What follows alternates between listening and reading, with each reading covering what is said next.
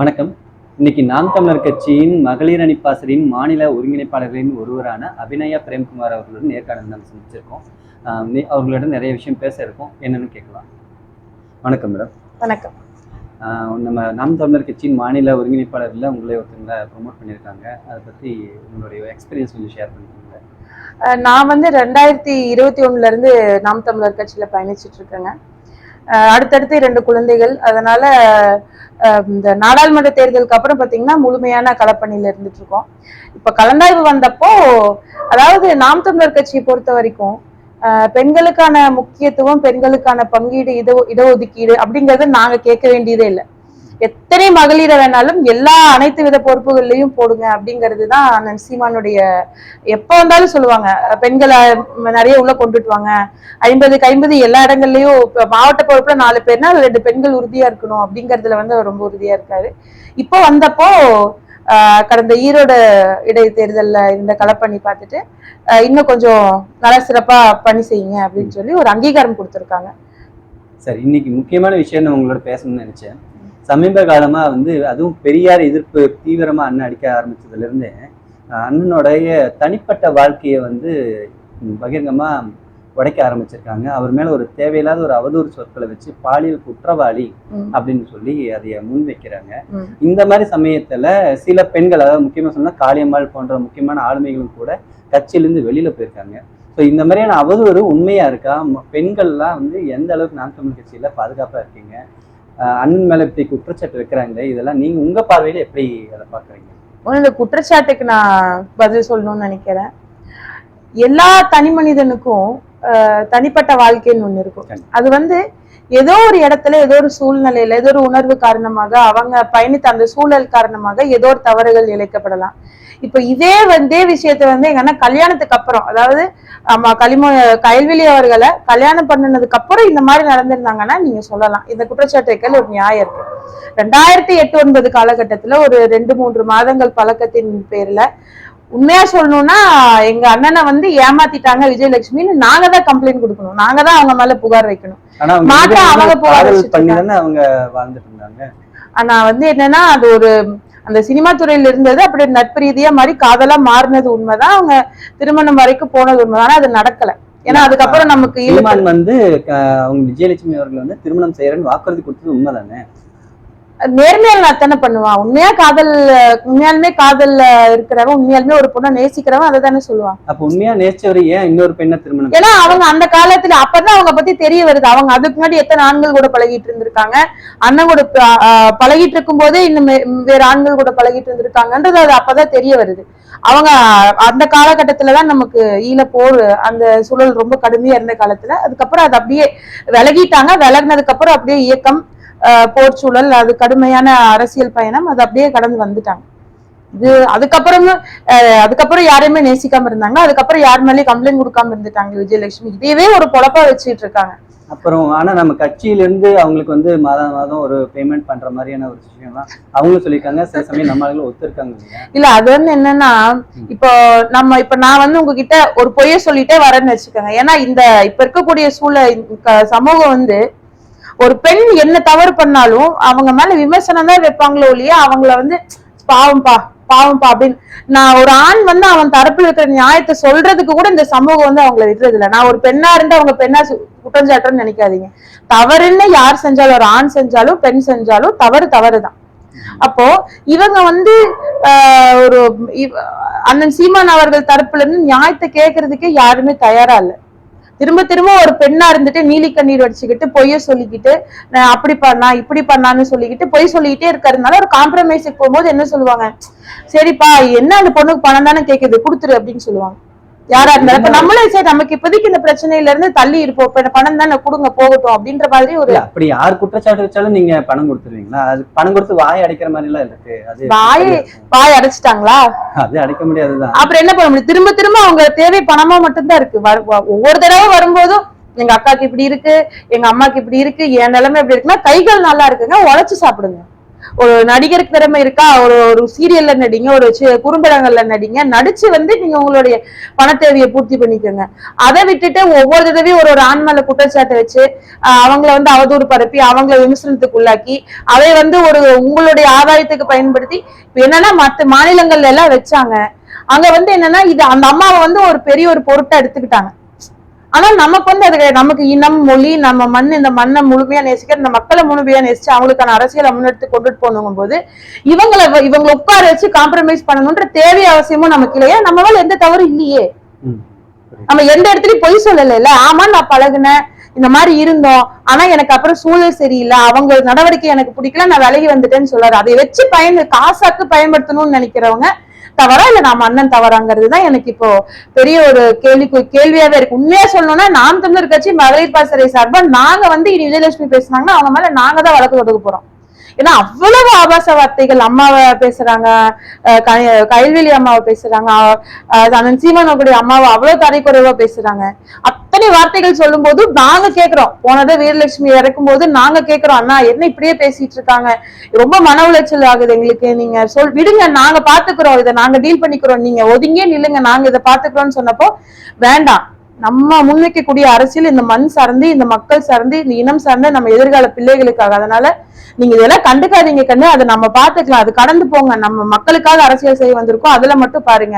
ஏன்னா நம்மளைய ரொம்ப எளிமையா இந்த மாதிரி இப்ப என்ன வந்து நீங்க ரொம்ப முழுமையா நேசிக்கிறீங்க, அதனால என்னை வந்து குற்றம் சாட்டுனா நீங்க மக்களுக்கான அரசியலை மக்களுக்காக நீங்க போய் வேலை செய்ய முடியாம அதை வந்து திரும்ப திரும்ப எம்எல்ஏ டைவர்ட் பண்ணி விடுறதுனால உங்களால அந்த மக்கள் பணி செய்ய முடியாம இந்த மாதிரி விஷயத்துல நீங்க டைவர்ட் ஆகணுங்கிறதுக்காக தான் அவங்க அதை பண்றாங்க. அதனால நீங்க அதை பண்ணாதீங்க, அதை நான் பாத்துக்கிறேன், நீங்க போய் மக்கள் பணியில இறங்குங்க, அதை தீவிரமா அரசியலை பண்ணுங்க, மக்கள் கிட்ட கொண்டு போய் நாம் தமிழர் கட்சியோட கொள்கைகளை கொண்டு போய் சேர்த்துங்க, கருத்துக்களை கொண்டு போய் சேர்த்துங்கன்னு அப்ப எங்களை அமைதியா இருக்க சொல்லிட்டாங்க. இப்பவும் எங்களை அமைதியா தான் இருக்க சொல்றாரு உண்மையா சொல்லணும்னா. ஆனா நாங்க தான் கேட்க இல்ல, நாங்க இதுக்கு ஒரு தீர்வு கட்டியே ஆகணும், திரும்ப திரும்ப நாங்க ரொம்ப நேசிக்கக்கூடிய இந்த மண்ணை சார்ந்து இந்த மக்களை நேசி நிற்கக்கூடிய ஒரு தலைவனை இப்படி அவதூறு பரப்பும் போது நாங்க எப்படி கேட்டுட்டு இருக்க முடியும்? நாம் தமிழர் கட்சியில் இருக்கிறதுனால இதை பேசுறேன்னு நினைக்காதீங்க. ஒரு பொதுமக்களா இருந்திருந்தாலும் நான் கண்டிப்பா இதை ஒரு சாமானிய ஒரு பெண்ணை அதை நான் கேள்வி கேட்டிருப்பேன். புரியுது, எனக்கு அவங்க ஆதங்கம் புரியுது. ஆனா இப்படி ஒரு சுச்சுவேஷன்ல இருக்கும்போது சீமான் அவர்களே வந்து அந்த பெண்ணை வந்து அவர் ஒரு பாலியல் குற்றவாளிங்கிற கணக்கா, பாலியல் தொழிலாளிங்கிற கணக்கா பேசுறாரு. இப்படி ஒரு பொது வெளியில ஒரு பத்திரிகையாளர்கிட்ட பேசும்போது ஒரு பெண்ணை வந்து அவர் எப்படி அவதூறா பேசுறது சரியா இருக்குதா? எங்க அண்ணன் அவதூறா பேசும்போது கட்சி தலைவர்னு யாருக்கும் தெரியல. அவங்க ஒரு சாதாரண ஒரு நடிகை, அவங்க பேசுறதுக்கும் ஒரு கட்சி தலைவர் பேசுறதுக்கும் வித்தியாசம். ஒரு பெண்ணை வந்து அவர் பேசணும்னு நினைச்சிருந்தா இப்போ பேசியிருக்காங்க, 2022 23 பேசியிருக்காங்க, எந்த இடத்துலயுமே அவர் பேசலையே. தலைவர் அப்படி பேசும்போது அதை ஃபாலோ பண்ணக்கூடிய அந்த 30 லட்சம் பேரும் அதே மாதிரி ஒரு கண்டிஷன்ல தான் இருப்பாங்க அப்படிங்கிறது மக்கள் புரிஞ்சுக்குவாங்க இல்லையா? அப்படிதானே நினைப்பாங்க. இப்போ கருணாநிதி அவர்கள் வந்து சட்டசபையில உட்கார்ந்து திராவிட நாடு எங்க இருக்குன்னு கேட்டப்போ பாவாட நாடாவை அவுத்து பாருங்க அங்க இருக்குன்னு சொன்ன கட்சியோட தலைவர் தான் இப்ப திமுகல ஆண்டுட்டு இருக்காங்க. அப்ப நம்ம அவங்கள அதே குற்றச்சாட்டு வைக்கலாமா? இல்ல, அது கரெக்ட் தான். இருந்தாலுமே வந்து பாத்தீங்கன்னா தொடர்ந்து இந்த குற்றவாளிங்கிற பாலியல் குற்றவாளிங்கிற அபத்தம் யாருங்க சொல்றது பாலியல் குற்றவாளின்னு? நாங்க சொல்லணுங்க, நாங்க சொல்லணும். நாம் தமிழர் கட்சி இப்ப பெண்கள் ஆகிய நாங்க சொல்லணும். ஏன்னா அவர் ஒண்ணு பண்றாருன்னா அது எங்களைதான் பாதிக்கும், நாங்க ஒண்ணு பண்றோம்னா அது அவரைத்தான் பாதிக்கும். எங்களுக்குள்ள நாங்க பேசிக்கிறோம், நீங்க யாரு பாலியல் குற்றவாளின்னு சொல்றது? என்ன இப்போ கலைஞர் அவர்களை சொல்லும்போது நீங்க சொன்னீங்க, ஒரு எக்ஸாம்பிள் சொன்னீங்க. ஆனா அவர் மேல இந்த மாதிரியான ஒரு குற்றச்சாட்டு போர்ட் வரைக்கும் போனது இல்ல, திமுக அந்த மாதிரி ஒரு குற்றச்சாட்டு வச்சது இல்ல. ஏன்னா இவங்க வந்து பணபலம் படைத்தவங்க, இவங்க அவ்வளவு கேவலமானவங்க. இவங்களை பொறுத்த வரைக்கும் அப்ப இருந்த அரசியலை பொறுத்த வரைக்கும் இந்த வார்த்தைகள் வந்து கேவலமானு தெரியல. அவ்வளவு ஒரு உயரத்துல இருக்கக்கூடிய ஒரு பெண்மணியை பார்த்து இந்த வார்த்தையை அவர் சொன்னது வந்து எல்லாரும் அப்ப சிரிச்சுட்டு கடந்து போயிட்டாங்க. இப்ப இது வந்து வேணும்னே அரசியலாக்கப்படுது. என்ன தேவை வருதுன்னு நினைக்கிறீங்க இந்த சமயத்துல? ஏன் வந்து சீமான் ஒரு வருஷத்துல நமக்கு தேர்தல் வரப்போகுது. நம்ம நாம் தமிழர் கட்சியுடைய அண்ணா வந்து கலந்தாய்வு போடும்போது எப்படி நம்ம கட்சியை வந்து வலுவா கட்டமைச்சு கொண்டுட்டு வரலாம், அடிப்படை கட்டமைப்பு எப்படி நம்ம கொண்டுட்டு வரலாங்கிற மாதிரியான ஒரு ஒரு திட்டத்தை வந்து நம்ம முன்வைக்கிறோம். அந்த திட்டத்தை செயல்படுத்த விடக்கூடாது. இந்த திட்டத்தை இப்ப அதிமுக செயல்படுத்திருச்சு, திமுக செயல்படுத்திருச்சு. நம்மளுடைய கட்டமைப்பு அதிகமா கவனம் செலுத்துற தவிர கட்சியை டெவலப் பண்றதுல வந்து அதிகமா டைம் ஸ்பெண்ட் நாங்க தாங்க கட்சியை வளர்த்தணும் அப்படின்னு அவருக்கு ஒரு இது ஒரு தலைவர் வந்து வழி நடத்தி இதை செய்யுங்கன்னு தான் சொல்ல முடியும். அவரே எல்லா இடத்துலயும் இறங்கி செயல் செய்ய முடியாது. அவருக்கு அதை தாண்டி அவரோட வேலை என்ன? இந்த மாதிரி தமிழ் இனத்துடைய எதிரிகளை தோலுரிக்கிறது தான் ஒரு தலைவனுடைய வேலை. இறங்கி வேலை செய்யறது எங்களுடைய வேலை. அதனால எங்களுடைய வேலையை எங்களுக்கு சொல்லிட்டாரு, போய் களப்பணி பண்ணுங்க, இந்த மாதிரி கட்டமைச்சு தொகுதியை கட்டமைச்சு கொண்டுட்டு வாங்கன்ற பணி எங்களுக்கு கொடுத்துட்டாரு. அவர் ஒரு அரசியல் தலைவராக அந்த தமிழ் இனத்துக்கு தமிழ் இன துரோகிகளை வந்து தோலுரித்து காட்ட வேண்டிய வேலையை அவர் செஞ்சுட்டு இருக்காரு. நான் என்ன நினைக்கிறேன்னா, அவர் வந்து நீங்க கட்டமைப்பை பாத்துக்கோங்க, பிஜேபி செய்ய வேண்டிய வேலையெல்லாம் நான் செஞ்சுக்கிறேங்கிற மாதிரி அவர் பிஜேபியோட பி டீம் மாதிரி பெரியார் பேசுறாரு. எஸ்டிபிஐயோட தலைவரை வந்து கைது பண்ணிட்டாங்க. அது வந்து முழுக்க பிஜேபியோட இனவாதத்தை தான் சொல்லுது. அவங்க முழுக்க இஸ்லாமியர்களை வந்து எந்த அளவுக்கு எதிர்க்கிறாங்க, எந்த அளவுக்கு வெறுக்கிறாங்கன்னு நான் சொல்றேன். வாரணாசி பக்கத்துல ஒரு ஊரு, அங்க அதிகமா பாத்தீங்கன்னா இந்த இந்த அரபு மொழிகளை கொண்டு அந்த ஊருடைய பெயர்கள் இருக்கும். 2017 காலகட்டத்துல அந்த ஊருடைய பெயர்களை வந்து இந்த இந்து மொழின்னு சொல்றாங்க பாத்தீங்களா, அந்த மொழியில மாத்துறாங்க. அதுக்கான எல்லா சான்றுகளும் இருக்கு, நீங்க போய் தேடி பாருங்க.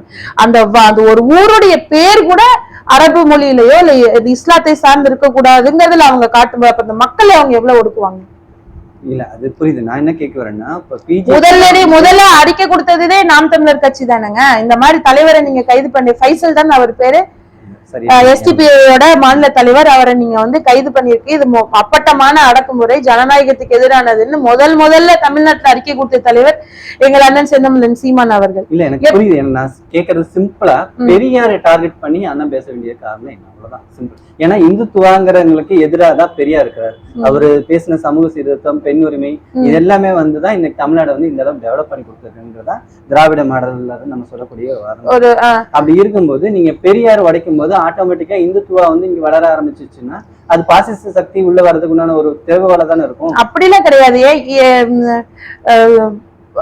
அதாவது வந்து அந்த காலத்துல பெரியார் இந்த காலத்துல எத்தனையோ தமிழ் தலைவர்கள் வந்திருக்காங்கல்ல, இந்த சீர்திருத்தங்களை கொண்டுட்டு வந்திருக்காங்கல்ல. பெண்கள் இப்படி அடிமைப்படுத்தி கடக்க கூடாதுன்னு முத்துராமலிங்க தேவரை என்ன பண்ணாங்க, காமராஜர் என்ன பண்ணாங்க, அவங்க எல்லாம் படிக்க வைக்கலையா? நீங்க வந்து ஒரு தெலுங்கரை, தமிழ்நாட்டுல ஒரு தெலுங்கரை வந்து நீங்க தலைவர் எங்கள் தந்தை அடையாளப்படுத்துறது நாங்க எப்படி? நீங்க அடையாளப்படுத்துங்க, நீங்க வச்சுக்கோங்க. ஆனா தமிழினத்தின் தந்தை அப்படின்னு சொல்றதுதான் நாங்க ஏத்துக்கிறது. எங்களுக்கு எத்தனையோ பெயர்கள் இருக்காங்க, எத்தனையோ தந்தைகள் இருக்காங்க, நாங்க அவங்களுக்கு பெரியாரை தாண்டி தமிழகத்திற்காக பாடுபட்ட சமூக சீர்திருத்தத்துக்காக போராடின தமிழ் தலைவர்கள் நிறைய பேர் இருக்காங்க. அவங்களை கொண்டாடுறதை பத்தி நம்ம எந்த ஆட்சேபனையும் தெரியல. பெரியார் மட்டும் அப்படி போக்கஸ் பண்ணும்போது பிஜேபிக்கு இது ரொம்ப சாதகமா இருக்கு. பிஜேபி உள்ள நுழையறதுக்கு இது ஒரு வாய்ப்பா இருக்கு அப்படிங்கறத நம்ம பார்க்க. பிஜேபி நுழையதா இல்லையான்னு தெரியலீங்க. திமுக ஏற்கனவே இந்த பெரியார் வச்சுக்கிட்டு தான் ஆடிட்டு இருக்கு, ஆட்டம் கட்டிட்டு இருக்கு. இப்ப அதெல்லாம் முட்டுப்பட்டு இப்ப இவர் விஜய் வந்துட்டாரு. விஜய் வந்து என்ன சொல்றாரு? திராவிடமும் தமிழ் தேசியமும் தமிழ்நாட்டின் இரு கண்கள்னு சொல்றாரு. அது எப்படி நாங்க தமிழ்நாட்டோட 2 கண்ணு யாருன்னு நீங்க சொல்றதுக்கு நீங்க யாரு? திராவிட அரசியல் வந்து தமிழ்நாட்டுடைய இன்னொரு கண்ணன் சொல்றதுக்கு எப்படி உங்க மனசு வருது? நீங்க எப்படி அதை ஏத்துக்க முடியுது? இல்ல, இப்ப வட மாநிலங்களை கம்பேர் பண்ணும்பொழுது நம்ம தமிழ்நாடு வந்து அதுவும் திராவிட மாடல்னு சொல்றதுனால இன்னும் ஒருபடி மேலதானே இருக்கும். நம்ம எந்த விதத்துலயும் குறைஞ்சு போகலையே. திராவிட நாடே இல்லைங்க, இது தமிழ்நாடுங்க. சரி, ஓகே. இது தமிழ்நாடுன்னு பேர் வச்சதே நாங்க தான் சொல்லிட்டு இருக்காங்க இந்த தற்கூரிகள். திராவிட மாடல் கூடிய தற்கூரிகள் தமிழ்நாடுன்னு பேர் இவங்க தான் வச்சாங்களா? செந்தமிழ் நாடு என்னும் போதிலே இந்த தேன் வந்து பாயுது காதலிலேன்னு பாடுன அப்ப அவங்க எல்லாம் எங்க போயிட்டாங்க? தமிழ்நாடுன்னு அப்பவே பாடுனாங்கல்ல. இந்த வாதங்கள் நிறைய முறை நம்ம பேசி இருக்கிறதுனால தெரிஞ்சுக்க முடியுது. ஆனா சமீப காலத்துல திரு அண்ணாமலையும் கூட வந்து சீமானுடைய கருத்துல உடன்படுறேன்னு ஒரு சில கருத்துக்கள் அவர் உடன்படுறதா சொல்லியிருக்காரு. ஆனா இப்ப என்னன்னா, நீங்க வந்து ஒரு கருத்து சொல்றீங்கன்னா அதுல உங்களுக்கும் எனக்கும் வேற மாதிரியான, இப்ப நானும் நீங்களும் எதிர்த்து வீட்டுல வச்சிருக்கேன்னு வச்சுக்கோங்களேன், உங்களுக்கு எனக்கு சண்டை இருக்கு. ஆனா இன்னொரு 3வது மனுஷன் வந்து அடிக்கும் போது நீங்க நியாயமா பேசுறீங்கன்னா, நான் வந்து மனசாட்சி உடுக்கிற ஆளா இருந்தா நீங்க செய்யறது சரின்னு எனக்கு தோணுச்சா நான் உங்களுக்கு துணையா நிக்கணுமா, இல்ல நான் உங்களை என்னமோ பண்ணிட்டு போ நடிச்சிட்டு போன்னு வேடிக்கை பார்க்கணுமா? அது சரிதான். சரின்றத சரியான இடத்துல சரியா சொன்னாதான் அது சரியாகும். என்ன அதாவது தூங்குறவனை எழுப்பிடலாம், தூங்குற மாதிரி நடிக்கிறவனை கடைசி வரைக்கும் எழுப்ப முடியல. ஒருவேளை இது வந்து அடுத்த எலெக்ஷனுக்கு கூட்டணி சேர்றதுக்கு நாம தான் சொல்லிட்டோமே, நம்ம தான் வெளிப்படையா சொல்லியாச்சு, கூட்டணி கிடையாது. ஆளுங்கட்சிகள் கூடயும் இந்த மத்திய அரசுகள் கூடயும் கூட்டணி கிடையாது சொல்லியாச்சு. அதுக்கப்புறம் நாங்க எதுக்குங்க கூட்டணிக்கு அவங்க கிட்ட போய் நிக்கணும்? நாங்க தாங்க இருக்கிறதுல அதிகமான கூட்டணி, 8 கோடி மக்கள் கூட கூட்டணியோட வச்சு கூட்டணி வச்சு இன்னைக்கும் மக்களுக்கு தேவையான அரசியல், மண் சார்ந்த அரசியல், நிலவளம் நீர்வளம் சார்ந்த அரசியல் பேசுறதும் பண்றதும் நாங்க தான். நீங்க நீர்வளம் சொல்லும் போது தான் ஒரு முக்கியமான விஷயம் பேசியாக வேண்டியிருக்கு. ஏன்னா மகளிர் பாசறையின் ஒருங்கிணைப்பாளர்னால உங்கள்கிட்ட தான் இந்த கேள்வி கேட்கணும். திரு காளியம்மாள் வந்து நாம் தமிழர் கட்சியில் ஒரு பெரிய ஆளுமையா வளர்ந்துட்டு இருக்காங்க. ஸோ அப்படி ஒரு நல்ல ஆளுமையை வந்து இன்னைக்கு நாம் தமிழர் கட்சி இழந்திருக்கு. இப்படிப்பட்டவங்க வரிசையா வந்து கட்சியிலிருந்து விலகி போற தகவல் வந்துட்டே தான் இருக்கு. அந்த சமயத்துல காளியம்மாள் போன்றவர் போறது பெரும் இழப்பாவே நம்ம பாக்குறோம். ஸோ இந்த மாதிரி பெண்கள் வந்து வளர்ந்தா சீமானுக்கு பிடிக்கல அப்படிங்கிற மாதிரி ஒரு பேச்சு இருக்கு. நீங்களும் ஒரு பெண் அப்படிங்கறதுனால உங்க கட்சியில பெண்களுக்குண்டான அதிகாரங்கள் எல்லாம் எந்த அளவுக்கு இருக்குது? நான் வந்துங்க காளியம்மா ஒரு பெண்ணை பத்தி கேட்டதுனால நான் உங்களுக்கு பதில் சொல்றேன். காளியம்மாள் அக்கா எங்கேயோ ஒரு இயக்கத்துல இருந்து அங்க வளர்ந்து வந்துட்டு இருந்தவங்களதான் சரி இப்படி ஒரு லட்சியத்தோட இந்த பொண்ணு ஓடுது, நம்ம கட்சிக்கு வந்தாங்க அப்படின்னா அவங்க வந்து அந்த லட்சியத்தை நிறைவேற்றுறதுக்கான வேலைகளை வந்து அவங்க செய்வாங்க அப்படிங்கிறது தான் நம்மளுடைய தார்மீக கடமை. அப்ப நான் வந்து ஒரு மூலையில இருந்தவளை, நான் கட்சியில எனக்கு ஒரு ஈடுபாடு இருக்கு. நான் பார்த்து இப்ப நம்ம திருப்பூர்ல எடுத்துக்கோங்க, நொயல் நதி என்ன நிலைமையில இருக்குன்னு உங்களுக்கு தெரியும். எங்களுடைய லட்சியமே, என் கணவருடைய லட்சியமே நொயல் நதியை மீட்டெடுக்கிறது தான். இது நீங்க நடக்குமா சாத்தியமான்னு கேட்டீங்கன்னா அது எனக்கு தெரியாது. ஆனா உறுதியா ஒரு நாள் நொயல் நதியை நாங்க மீட்டெடுப்போம்னு வந்து நிக்கிறோம். இந்த லட்சியம் வந்து அண்ணனுக்கு தெரியுமானா சத்தியமா தெரியாது. ஆனா நான் எங்கேயோ கடைக்கோடியில இருந்து இந்த ஒரு உணர்வு உண்டு. நான் வந்து வேலை செய்யறது என்னை கவனிச்சு இந்த பொண்ணு வந்து வேலை செய்து இந்த பொண்ணை கூப்பிடுங்கன்னு சொல்லி என்னுடைய வேலைகளை கண்காணிச்சு சிறப்பா செய்றீங்க, இன்னும் முன்னெடுத்து கொண்டுட்டு போங்க, எனக்கு ஒரு அங்கீகாரம் கொடுத்துருக்காங்க. என்ன தேவை இருக்கு? இல்ல அதுதான் நான் என்ன சொல்றேன்னா, அபிநயா வந்து திருப்பூருக்குள்ள ஒரு வட்டத்துக்குள்ள இருக்கிற வரைக்கும் சீமான் அதை பத்தி ஒரு அப்ஜெக்ஷன் பண்ணல. ஒரு தமிழ்நாடு அளவுல வந்து பேச பொருளா உலக தமிழர்களுக்கு தெரியும் போது நம்மள மீறி வாழ்ந்துருவாங்களோ அப்படின்னு சொல்லி காளியம்மாள் அக்காவை லண்டன் அனுப்புனது யாரு பேசுறதுக்கு? சீமான். அப்புறம் இல்ல அது புரிஞ்சுதா? கார்த்திகா இப்ப போயிட்டு வந்திருக்காங்க அரபு நாடுகளுக்கு, யார் அனுப்பியிருப்பாங்க? அண்ணன் தான். அப்புறம் இது வந்துங்க நான் வந்து யாரையும், அதாவது நம்மளுடைய தார்மீகத்தை கருத்தில் கொண்டு நான் யாரை பத்தி விமர்சனம் செய்ய விரும்பல. நிறைய விடயங்களை நான் வெளியே சொல்லணும்னு சொல்ல விரும்பல. சொன்னா அது வேற மாதிரி போகும். அதனால நான் வந்து எல்லாருடைய உணர்வுகளையும் மதிக்கிறேன். அதனால நான் ஒரு சில விஷயங்களை சொல்ல விரும்பல. அவங்க உள்ள இருக்காங்க, வெளியே போறாங்கன்னா இவ்வளவு சுதந்திரம். இன்னைக்கு வரைக்கும் நாம் தமிழர் கட்சி உறவுகள் எத்தனை பேர் காளியம்மாள் அக்கா வெளியே போனதுக்கு அவங்களை எதிர்த்து கடுமையான வார்த்தைகளை பேசினாங்கன்னு சொல்லுவாங்க. எல்லாருமே வாழ்த்தி தான் அனுப்புனாங்க. இப்படிப்பட்ட ஒரு ஜனநாயகம் கொண்டு ஒரு பெண் உள்ள வந்தாலும் சரி, வெளியே போனாலும், நாளைக்கு நான் வெளியே போனாலும் என்னை யாரும் வசைப்பட போறது கிடையாது, என்னை மதிக்கதான் போறாங்க. அதனால ஒரு பெண்ணுக்கான உரிமையையும் மரியாதையும் இந்த அளவுக்கு கொடுக்கக்கூடிய ஒரு கட்சினா அது நாம் தமிழர் கட்சியா தான் இருக்கும். புரியுது. இப்போ நீங்க ஒரு பெண் அப்படிங்கிறது வெவ்வேறு களப்பணிக்காக போக வேண்டியிருக்கும். உங்க வீட்டுல அதுக்குண்டான பர்மிஷன் எப்படி இருக்கு? அதே மாதிரி இவ்வளவு மக்களோட சேர்ந்து நீங்க பயணிக்கும் போது, சக தோழர்களுடன் பயணிக்கும் போது உங்களுடைய பாதுகாப்பை நீங்க எப்படி உணர்றீங்க? என் வீட்டுல வந்துங்க நான் வந்து இப்ப பிஜேபிக்கு போறேன் இல்ல ஏடிஎம்கே டிஎம்கேக்கு போறேன்னு சொல்லியிருந்தா சத்தியமா சொல்றேன், என் பிள்ளைங்க மேல சத்தியமா சொல்றேன், என்னை விட்டுருக்க மாட்டாங்க, உறுதியா விட்டுருக்க மாட்டாங்க. ஏன்னா என்னுடைய நோக்கம் என்னன்னு தெரியும். நான் எவ்வளவு கன்வின்ஸ் பண்ணியிருந்தாலும் அவங்க என்னை விட்டுருக்க மாட்டாங்க. ஆனா ஒரு நாள் ஒரு நைட் இப்படி என் குடும்பமா உட்காந்து, கல்யாணத்துக்கு அப்புறம் தான் நான் கட்சிக்குள்ள வர, குடும்பமா உட்காந்து பேசிட்டு இருக்கோம். அப்ப என்னுடைய நோக்கம் என்னன்னு கேக்குறாங்க. என்ன உன்னோட இலக்கு என்ன, நீ எப்படி இருக்குன்னு நினைச்சேன், நான் கல்யாணம் பண்ணி வீட்டுக்குள்ள வந்துட்டேன், நாங்க வந்து நீ வீட்டுக்குள்ள இந்த வேலை செய் அந்த வேலை செய்யன்னு சொல்லுவோம். உனக்குன்னு ஒரு ஆசைகள் இருக்கு, உனக்கு ஒரு கனவு இருக்குல்ல, என்னன்னு சொல்லும் போது என்னுடைய கனவு என்ன, லட்சியம் என்ன, நான் கடந்து வந்த பாதை என்னன்னு சொல்லும் போது என் குடும்பமா, முக்கியமா சொல்லணும்னா என் மாமியார் தான் எனக்கு நீ இதைய சீமான் பேசுறதை கேட்டுப்பாரு அப்படின்னு சொல்லி கேட்க வச்சதே. என் குடும்பம் தான் என்னை இந்த கட்சிக்கு போக சொன்னதே.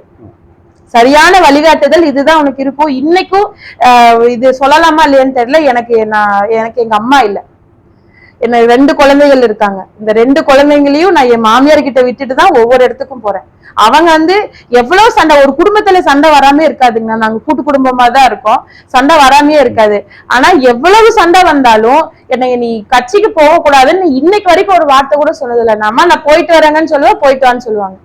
அதான் அப்படிப்பட்ட ஒரு புரிதல் இருக்கக்கூடிய ஒரு குடும்ப சூழல் இருக்கு. இப்ப நான் கட்சிக்கு போறேன், என்னை எப்படி அந்த கட்சிக்கு விடுறாங்கன்னா, நான் தைரியமான புள்ள, நான் போயிட்டு வந்துடுவேன்ற நம்பிக்கை என்ன இருந்தாலும், நான் ஒரு பொது இடத்துக்கு போற போது அங்க நிறைய மக்கள் இருப்பாங்க, அங்க பாதுகாப்பு இருக்குமா அப்படின்னு கேட்டீங்கன்னா பாதுகாப்பு 100% இருக்கும்னு என் குடும்பத்துல நம்புறாங்க. ஏன்னா ஒரு தலைவன் எவ்வளியோ மக்கள் எவ்வளி. இன்னைக்கு வரைக்கும் ஒரு பெண்ணவோ இல்ல ஒருத்தவங்கள காளியம்மாள் அக்கா வெளியே போன சொல்றீங்க, காளியம்மாள் அக்காவே சொல்லியிருக்காங்க, இன்னைக்கு வரைக்கும் என்னை கூப்பிட்டு அண்ணன் கடுமையான வார்த்தைகள்ல பேசினது கிடையாது, ஏன் இந்த வேலை செய்யலன்னு கேட்டது கிடையாது, ஏன் இப்படி போன, ஏன் இப்படி செஞ்சன்னு இன்னைக்கு வரைக்கும் கேட்டது கிடையாது. அதேதான் எல்லாருக்கும். இன்னைக்கு வரைக்கும் என்னை பார்த்தா மகளே நல்லா இருக்கியா, பசங்க நல்லா இருக்காங்களா, எப்படி போயிட்டு இருக்கு அப்படின்னு தான் கேட்பாரோலி. இன்னைக்கு வரைக்கும் ஒரு வார்த்தை கூட இந்த வேலை நான் சொன்னேன் இப்ப கட்டமைப்பு பண்ண சொல்லிட்டு போயிருக்காங்க, இப்ப வரைக்கும் இந்த வேலையை நீ செஞ்சியா, இந்த வேலையை நீ அப்படி செஞ்சியா அப்படி செஞ்சா நீ கேட்டதே கிடையாது. நானாதான் சொல்லுவேன் இந்த வேலை இப்படி போயிட்டு இருக்கு, இப்ப செஞ்சுட்டு இருக்கீங்க, நானே தான் அப்டேட் பண்ணுவேன், நல்லா நான் சிறப்பா பண்ணுங்க, மகிழ்ச்சியா பண்ணுங்க அப்படின்னு உடனே ஒரு குரல் பதிவு போடுவார். ஆனா இப்ப இந்த அளவுக்கு ஒரு தலைவரை நெருங்கக்கூடிய ஒரு கட்சி நான் இன்னைக்கு வரைக்கும் பார்த்ததே இல்லை. நம்மளால நேரடியா உணர முடியுது. இப்பவே இப்போ மற்ற கட்சிகள்ல ஒரு தலைவர் மேல இப்படி குற்றச்சாட்டு வைக்கிறாங்க, மக்கள் அங்க இருக்கக்கூடிய தொண்டர்கள் அதை நம்ம தலைவர் மேலேன்னு சொல்லுவாங்க. எனக்கு என்னோட செந்தமிழன் சீமான் அவர்கள் மீது குற்றச்சாட்டு வைக்கும் போது எங்க அப்பாவுக்கும் சீமான் அண்ணனுக்கு ஒரே வயசு தான், எங்க அப்பா மேல குற்றச்சாட்டு வைக்கிற மாதிரி எனக்கு ஒரு உணர்வு வருது.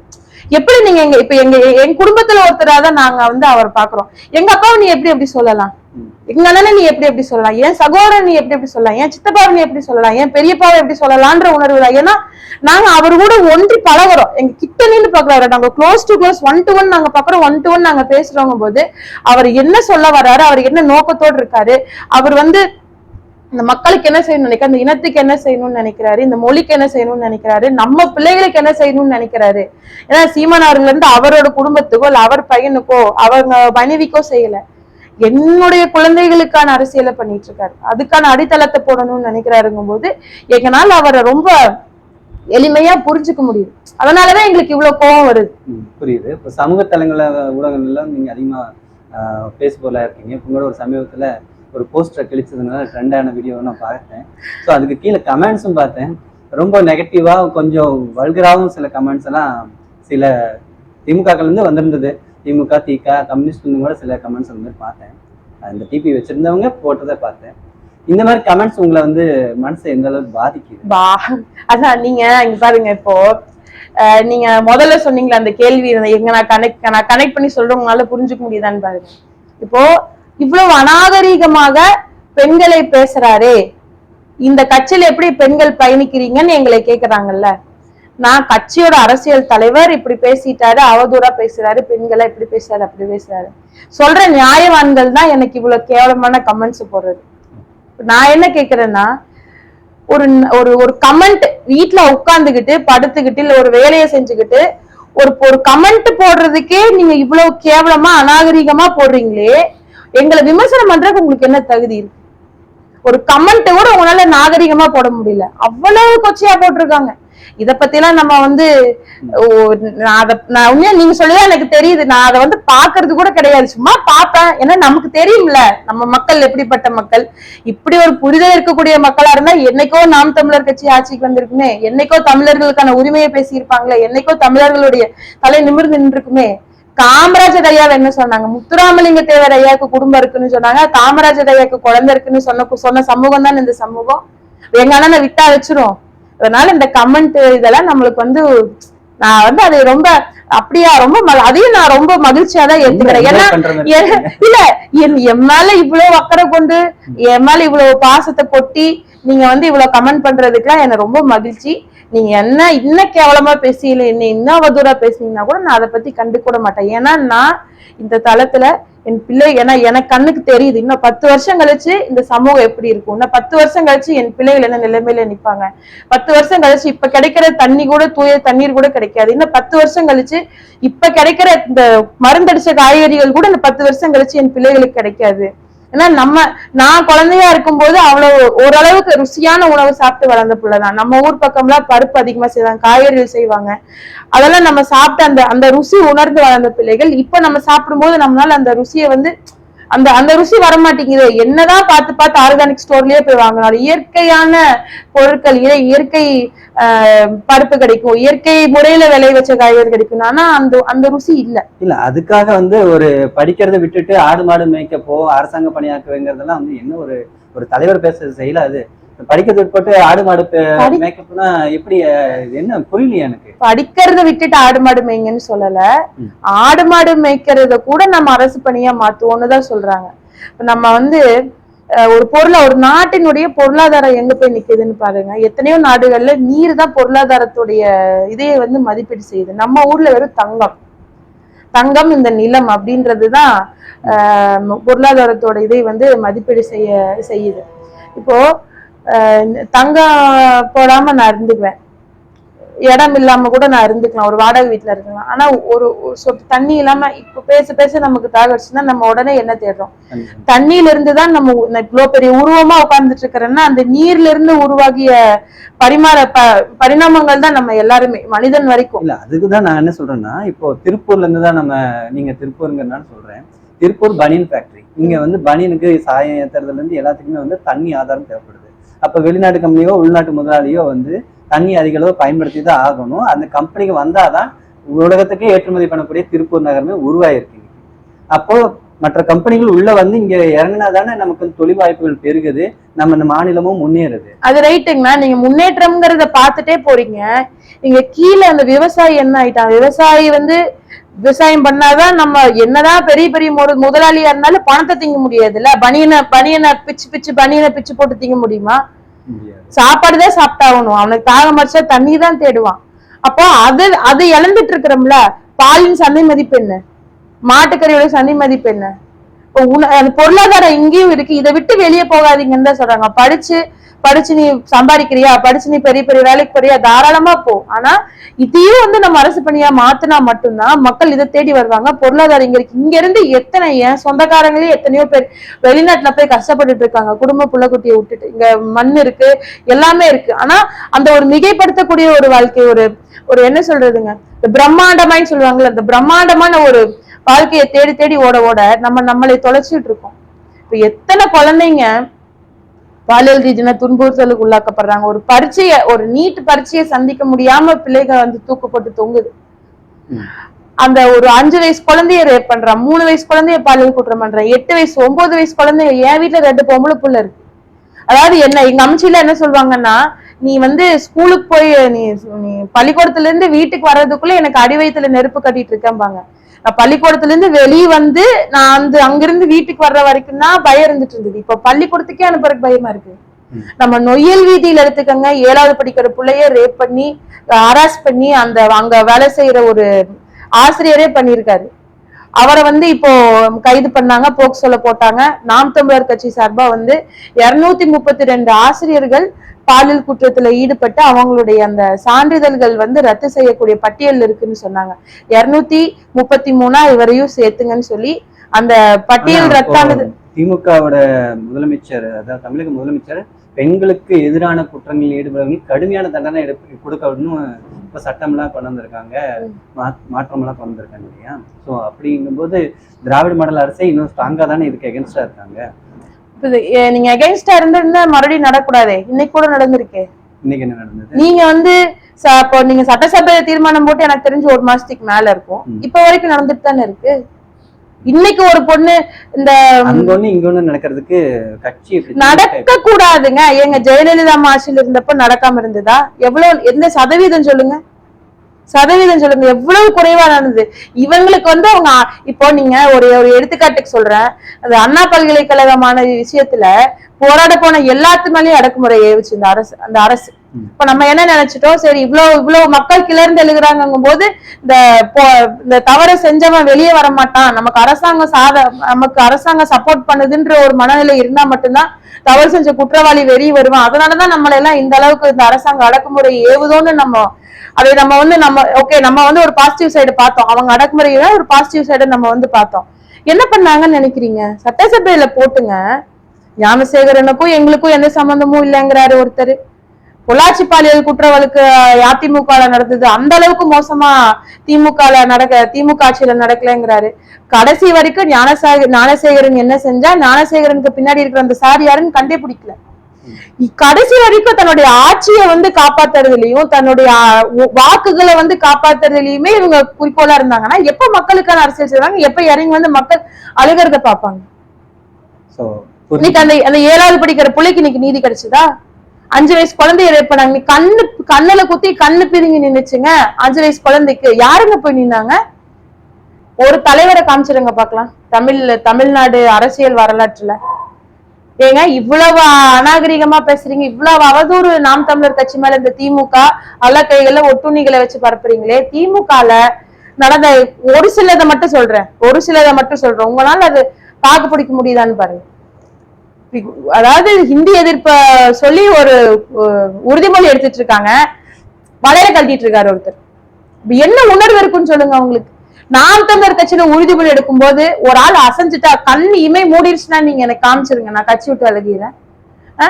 ஒரு 6 வயசு குழந்தைய ஸ்கூல் பள்ளி தாளாளரா இருக்கிற திமுக பிரமுகர் 6 வயசு குழந்தைய வந்து அரெஸ்ட் பண்ணி அந்த குற்றம் என்ன இருக்கு? அதுக்கும் அவர் ஒரு சட்டமன்ற உறுப்பினரா இருந்தால் அந்த பக்ரி செல்வமா பக்ரிராஜன்ற ஒருத்தர் இதே மாதிரி ஒரு குழந்தைய ஹராஸ் பண்ணி ரேப் பண்ணி அந்த குழந்தை வந்து சிகிச்சை பலன் செத்தே போச்சு. இதை ஏன் இந்த திமுக காரங்க இவ்வளவு பொங்குறவங்க ஏன் அதெல்லாம் கேள்வி கேட்க மாட்டேங்கிறீங்க? உங்க வரலாறு எல்லாம் உங்களுக்கு தெரியாதா?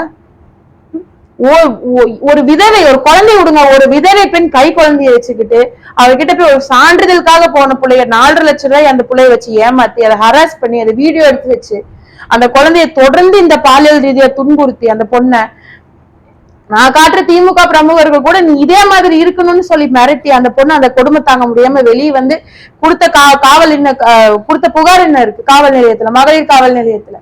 இவங்கெல்லாம் வந்து பேசலாமா? அநாகரிகத்தை பத்தி இவங்க எல்லாம் பேசலாமா? நாங்க வந்து இந்த அரசியல் பண்றதுக்கு வரல. நாங்க வந்திருக்கிறது முழுக்க மக்கள் கருத்தியலா அரசியலா மாத்தவங்கிறதுக்காக தான் வந்திருக்கோம். அதனால இவங்க செய்யக்கூடிய இந்த இவங்க பரப்பக்கூடிய அவதூறுகள் எல்லாம் நாங்க ஒரு நிமிஷத்துல கலைஞ்சு எடுத்துட்டு போயிடுவோம். என்ன இந்த ஊடகங்களை வந்து பணம் கொடுத்து வச்சுக்கிறாங்க, அவங்க சொல்றதுதான் இந்த ஊடகங்கள் போடுது.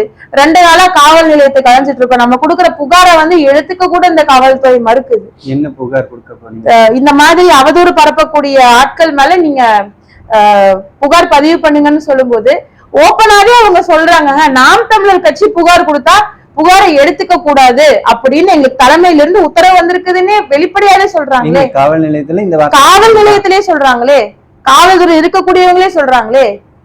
இதே நான் ஒரு பொம்பளை பிள்ளை, நான் சீமான் மேல ஒரு புகார் கொடுக்கணுங்க, என்ன புகார்ன்னு கூட கேட்க மாட்டாங்க. புகார் கொடுக்க போய் நின்னா கூட எனக்கு கூப்பிட்டு உட்கார வச்சு எனக்கு முறை வரிசை பண்ணி பூரா ஊடகத்தையும் கூப்பிட்டுருவாங்க. கலெக்டர் கமிஷனர்ல இருந்து நான் இருக்கக்கூடிய இடத்துக்கு வந்துருவாங்க. இப்போ ஒரு உள்ளூர்ல இருக்கக்கூடிய நான் ஒரு புகார் கொடுத்தாலே எடுக்க மறுக்கிற இந்த காவல்துறை வெளியூர்ல இருந்து மாநிலங்கள்ல இருந்து வந்து இருக்கக்கூடிய எங்க பெண்களுக்கு யாரான இருக்கட்டும் ஏதோ ஒரு குற்றம் இல்ல ஒரு புகார் கொடுக்க போனா அவங்களை எப்படி அவங்க எடுத்துக்குவாங்க? இப்படிப்பட்ட ஒரு அரசாங்கத்தை வச்சுக்கிட்டு இதுல வந்து அவர் பையனை கூட்டு வந்திருக்காரு, அவர் பையனை கூட்டு வந்து நிக்க வச்சுட்டு இருக்காங்க. வெறும் என்ன சொல்றது, காலங்காலமா அப்படியே தொட்டு வர்ற மாதிரி இவங்க குடும்பத்துக்கு மட்டும்தான் அறிவு இருக்குது. இவங்க கூட்டு அதுக்கும் போய் கை தட்டுறாங்க பாருங்க. நம்ம தமிழ் இனத்துல போறதுக்கு அவங்க எல்லாம் நாங்க மனுஷங்களாவே மதிக்கிறது இல்ல.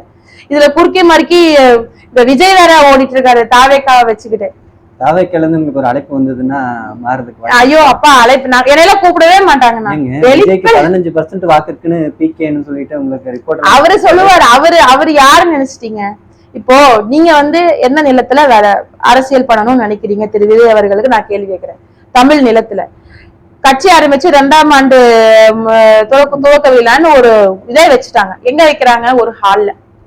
ஒரு அரசியல் மேடையில சம அரசியல் தலைவர்களையோ இல்ல இருக்கக்கூடிய அந்த அரசியல்ல இருக்கக்கூடிய ஆட்களை மேடையில உட்கார வச்சு இந்த கூரை போடு இந்த மாதிரி அரசியல் தான் பார்த்து வந்திருப்பீங்க. ஒரு அரசியல் தலைவன் மேடையில சேர் கிடையாது, எல்லாரும் சமந்தான். நீ எவ்வளவு பெரிய ஒரு மாநில ஒருங்கிணைப்பாளர், எவ்வளவு பெரிய பொறுப்பாளர், நானும் சரி நீயும் சரி, நம்ம எல்லாரும் ஒண்ணுதான் அப்படின்னு இந்த கூரை போடாம மழை வருதா, மழையில நீ நலையறியா நானும் நலையறேன், வெயில் அடிக்குதா நீயும் வெயில்ல கருகிறியா நானும் கருகிறேன், நீ சாப்பிடாம இருக்கிறியா நானும் சாப்பிடாம இருக்கிறேன், நீ நிக்கிறியா நானும் நிக்கிறேன். ஒரு பிரஸ் மீட்ல சென்னையில நம்ம அந்த அண்ணா பல்கலைக்கழக மாணவிக்கு எதிராக நடக்க அந்த குற்றத்தை நாம் கைது பண்ணி வச்சிருக்கிறாங்க.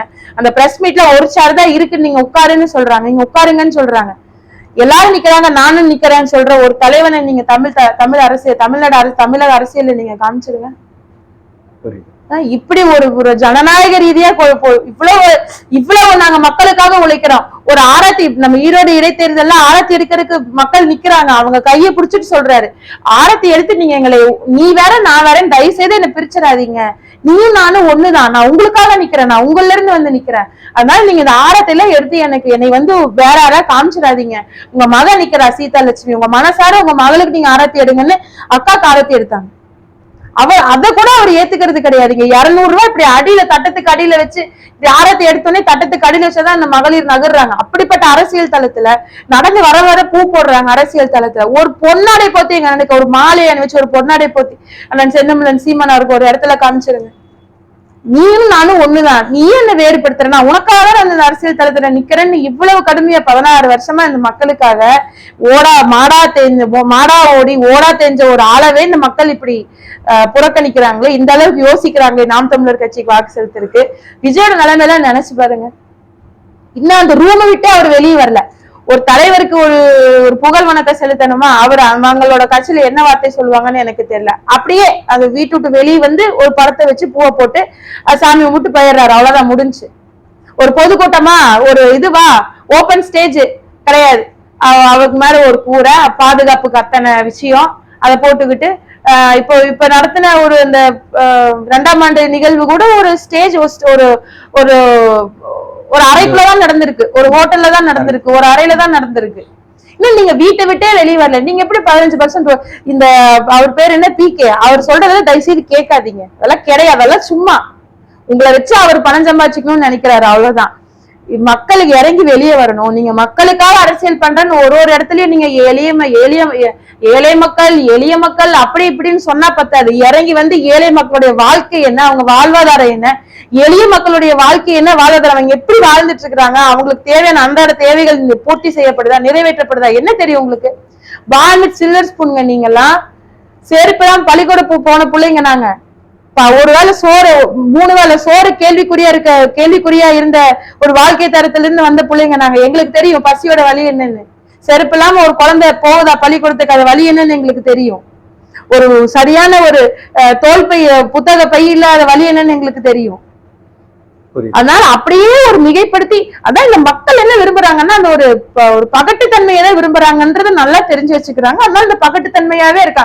அந்த கட்சி கூட்டத்துக்கு போன நிறைய பசங்க ஏசி காத்துனா என்னன்னு கூட தெரியாத பசங்க, அவங்களை கூப்பிட்டு ஒரு ஆடிட்டோரியத்துல ஒரு ஏசி ஆட்டத்துல உட்கார வச்சீங்கன்னா அவங்க பெரிய கட்சி அப்படின்னு நினைச்சுக்குவாங்க. உனக்கான அரசியல் அந்த தலைவன் செய்யல. ஏன் அந்த கூட்டத்துக்கு போய் எத்தனை 2-3 பசங்க இறந்து போனாங்கல்ல, இன்னைக்கு வரைக்கும் அந்த பசங்களோட குடும்பத்துக்கு தலைவர் அந்த தாவேக்கோட தலைவர் விஜய் என்ன செஞ்சிருக்காரு? ஒரு இரங்கல் செய்தி கூட போடலைங்க. எப்படி அவர் தலைவர் ஆவாரு? இன்னைக்கு நாளைக்கு என்னோட குடும்பம் சார்ந்து ஒருத்தவங்க இறந்தா கூட அதுக்கு இரங்கல் செய்தி போட்டுட்டு உட்கார்ந்துட்டு இருப்பாரு அவர் ட்விட்டர் பக்கத்துல. சோ இப்ப ஈரோடு எலெக்ஷன்ல நீங்க லாஸ்ட் டைம் நல்ல வாக்கு வாங்கியிருக்கு இல்லையா, அது வந்து அடுத்த சட்டசபை தேர்தல்ல பிரதிபலிக்குமா? எந்த அளவுக்கு எதிர்பார்க்கலாம்? வாக்கு சதவீதம் வாங்கியிருக்கோன்றதோட நீங்க அது எப்படி வாங்கணும், அது எவ்வளவு அடக்குமுறைகளுக்கு இடையில வாங்கணும்ங்கறத நீங்க புரிஞ்சுக்கணும். முழுக்க மத்த கட்சி எல்லாமே ஒதுங்கிடுச்சு, அப்ப நாம் தமிழர் தான் இருக்கு. அப்ப வந்து இப்ப ஏடிஎம்கேவோட வாக்கு விழுந்திருக்கும், பிஜேபியோட வாக்கு விழுந்திருக்கும். சத்தியமா சொல்றேன் நானு, எங்களுக்கு ஏடிஎம்கே வாக்கு உழுகவே இல்ல, பிஜேபி வாக்கு உழுகவே இல்ல, எங்களுக்கு போட மாட்டாங்க. தலைமையில இருந்தும் அந்த கட்சியோட தலைமையில இருந்தும் நாம் தமிழருக்கு வாக்கு செலுத்தாதீங்கன்னு கட்டளையே போட்டுட்டாங்க. அதை தாண்டி டிஎம்கே காரங்க வீடு வீடா நாம் தமிழர் கட்சிக்கு 100 பேர்த்துக்கு ஒரு ஆளுன்னு கொடுத்துட்டாங்க. ரொம்ப எளிமையா அவங்கனால கண்டுபிடிச்சிட முடியும் எவன் வந்து நாம் தமிழர் கட்சிக்கு ஓட்டு, எந்த மக்கள் நாம் தமிழர் கட்சிக்கு ஓட்டு போடுவாங்கன்னு. வீடு வீடா தேடி போய் திமுக காரனுக்கு 300 ரூபா, நாம் தமிழர் கட்சிக்கு ஓட்டு போடுறவனுக்கு 2000 ரூபாய் கொடுத்து நீங்க ஓட்டு போடக்கூடாதுன்னு சத்தியம் வாங்கிட்டு வந்தாங்க. தெரியுமா? களத்துல என் கண்ணு முன்னாடி நடந்துச்சு, என் கண்ணு முன்னாடி நடந்துச்சு. நாம் தமிழர் கட்சிக்கு வாக்கு செலுத்தினவங்க இந்த அடக்குமுறை, இந்த ஒடுக்குமுறை, இப்படி கேவலப்பட்ட இந்த வாழ்க்கை, இவ்வளவு 500 ரூபாயை வாங்கிட்டு நம்ம ஓட்டு போட்டுறமே, 5 வருஷம் நம்ம சீரழிறமே, இந்த 4 வருஷத்துல இவன் என்ன பண்ணி சாதிச்சுட்டான்னு எந்த மக்களும் அவங்களுடைய எதிர்ப்பை வந்து வாயில தெரிவிக்கவே இல்லை. மறைமுகமா வாக்கா எங்களுக்கு செலுத்திட்டாங்க. இந்த வாக்குங்கிறது வந்து முழுக்க மக்களுடைய இந்த எல்லா கட்சிக்கும், இந்த ஏடிஎம்கே, பிஜேபி, இவங்க தாவேக்கா என்ன அவங்க களத்துக்கே வரல, நாங்க ஒரு கட்சியாவே நாங்க இன்ன வரைக்கும் மதிக்கல. அது வேற விஷயம், அதை விட்டுருங்க. இருக்கிறாங்க பசங்க போறாங்க வர்றாங்கன்னா எல்லாரும் ஒரு ரசிகர், ஒரு அவரை வந்து ஒரு ரசிகரா ஒரு பெரிய ஒரு இதா பாத்துட்டாங்க. அந்த பசங்களை வந்து அதையிலே மெயின்டைன் பண்றாரு பாருங்க. இறங்கி வந்து வேர்வை வந்து எதனா வந்துருச்சுன்னா அந்த அந்த அந்த ஹீரோயிசம் போயிடும், அந்த ஒரு மேனரிசம் போயிடும். இறங்கி 4 மக்கள் நீங்க நினைங்க, அந்த பெருமாள் மலையில ஈரோடைய இடைத்தேர்தல் சமயத்திலேயே அண்ணா அந்த பெருமாள் மலையில மக்கள் வீடு இல்லாம கரண்ட் இல்லாம இது இல்லாம தவிக்கிறாங்க. அங்க இருக்கக்கூடிய மக்களை அரசாங்கம் வந்து அடக்குமுறை ஏவி அங்கிருந்து வெளியே போக வைக்குதுன்னு தெரிஞ்சோடனே போறாங்க. எங்க அப்பத்தா வயசு எங்க அம்மத்தா வயசு இருக்கிறவங்க எல்லாம் அவரை கட்டி பிடிச்சிட்டு அழுகுறாங்க. இந்த இடத்துல விஜய் இருந்தா என்ன பண்ணிருப்பாரு, ஸ்டாலின் இருந்தா என்ன பண்ணிருப்பாரு? தொடாதீங்கன்னு சொல்லியிருப்பாங்க. கட்சி கூட்டத்துல வந்து புக்கு கொடுத்துட்டு இப்படி கையை பிடிக்க வர்றவங்களே இப்படிங்கிறாரு ஸ்டாலின். தொடர்றதுக்கு கூட அவங்க தயங்குவாங்க. கட்டி பிடிச்சிட்டு அவங்க வேர்வை உப்பு பறிஞ்சு கிடக்குது அந்த அந்த அவங்க துணியில அப்படியே கண்ணீர் மல்க அவங்க வந்து கட்டி பிடிச்சு அழுகும் போது அப்படியே ஆற தடவி அரவணைச்சுக்கிறாரு. அவர் அம்மா மாதிரி இருக்காங்க அவங்க வயசுல. நீங்க கவலைப்படாதீங்க, உங்க மகன் நான் இருக்கேன், நான் இருக்கிற வரைக்கும் உங்களை எவனும் இந்த இடத்துல இருந்து துரத்த முடியாதுன்னு இப்படி ஒரு தலைவனை நீங்க காமிங்க. காமராஜருக்கு அப்புறம் நான் பாக்குறது இவரைதான். கண்டிப்பா உங்களுடைய ஈரோடு வெற்றியை தொடர்ந்து சட்டமன்ற தேர்தலில் எங்களுடைய வெற்றி வந்து உறுதி. நீங்க வந்து கண்கூட பாப்பீங்க. இந்த மாதிரி ஒண்ணுமில்லாத விமர்சனத்தை அவருடைய மக்களுக்கு அறிவே இல்லையாங்க? மக்கள் யோசிக்கவே மாட்டாங்களா? மக்களுக்கு சிந்திக்கக்கூடிய திறனே இல்லையா? எங்க அப்பா எங்க சித்தப்பனை வேணா நீங்க ஏமாத்திருக்கலாம். விஜயகாந்த்னு ஒரு தலைவர் இருந்தாரு, அவ்வளவு மக்களுக்காக நின்னாரு, பேசினாரு. அவரை வந்து எவ்வளவு கேவலமா ஒண்ணுமில்லாம ஒரு அவதூற பரப்பி அவரை முடிச்சு கட்டினாங்க. எங்க அப்பாங்க சித்தப்பாங்க வேணா அதை நம்பி இருக்கலாம். ஆனா நாங்க அப்படிப்பட்ட பிள்ளைகள் இல்லை. ஏன்னா நாங்க அடி வாங்கி மிதி வாங்கி எங்க கண் முன்னா இந்த ஒரு ரோடு போடும்போது 10 மரத்தை வெட்டுறானுங்கன்னா வருஷம் நான் பிறந்து வளர்ந்ததுல இருந்து பாக்குறேன் அந்த மரத்தை வெறும் ஒரு ரோடு போடுறதுக்காக வெட்டி எடுத்துட்டு போகும்போது எல்லாம் இந்த ஆற்றமை தாங்க முடியல. நான் போய் போராடதான் முடியுது. அப்ப எனக்கு என்ன தோணும், இந்த அதிகாரம் என் கையில இந்த மரத்தை நீ தொட்டிருக்க மாட்டீங்களா? அப்ப என்ன பண்ணு, எங்களுக்கு அதிகாரம் ரொம்ப முக்கியமானது. நாம் தமிழர் கட்சியில அண்ணன் செந்தமிழன் சீமான் யார வேணா வேட்பாளரா நிறுத்துட்டுங்க. அவங்களை ஜெயிக்க வைக்கிறது, அவங்களை வெல்ல வச்சு இந்த அதிகாரத்தை கைப்பற்றி இந்த எல்லா அடக்குமுறைக்கும் இந்த இந்த இதுங்க செய்யற எல்லாத்துக்கும் எதிர்வினையை தெரிவிக்கிற இந்த சட்டமன்ற தேர்தல அது 100% உறுதியா இருக்கிற மக்கள் எங்க பக்கம் தான். நாங்க மக்கள் கிட்ட போக போக மக்கள் எங்களை தேடி வர ஆரம்பிக்கிறாங்க. மக்கள் எங்களை தேடுறாங்க. நாங்க போய் அவங்க கிட்ட போக போறோம். அவங்களுடைய எல்லா உரிமைகளையும் நாங்க வாங்கி கொடுப்போம். எப்படிப்பட்ட உங்களுக்கு வந்து என்னென்ன மாதிரியான உரிமைகளை இந்த இத்தனை நாட்கள் இந்த அரசாங்கம் பறிச்சு வச்சிட்டு இருக்குது. ஒரு எம்எல்ஏனால என்னென்ன செய்ய முடியும், ஒரு கவுன்சிலர் நான் ஒரு கவுன்சிலர் இருக்கிறவங்களால என்னென்ன செஞ்சிருக்க முடியும் அப்படிங்கறத வெளிப்படையா மக்களுக்கு சொல்லி அதை செஞ்சு காட்டுறதுக்கான அதிகாரத்தை கையில வாங்கி மக்களுக்கான அரசியலை இந்த மண்ணில் நிறுவலைன்னா நாங்க பிரபாகரன் பிள்ளைகள் இல்லை. கண்டிப்பா நீங்க வெற்றி பெறதுக்கு நாம் தமிழர் கட்சி வளர்றதுக்கும் எங்களுடைய வாழ்த்து தெரிவிச்சுக்கிறோம். இவ்வளவு நேரம் உங்களுடைய நேரத்தை செலவழித்து நன்றி. நன்றி.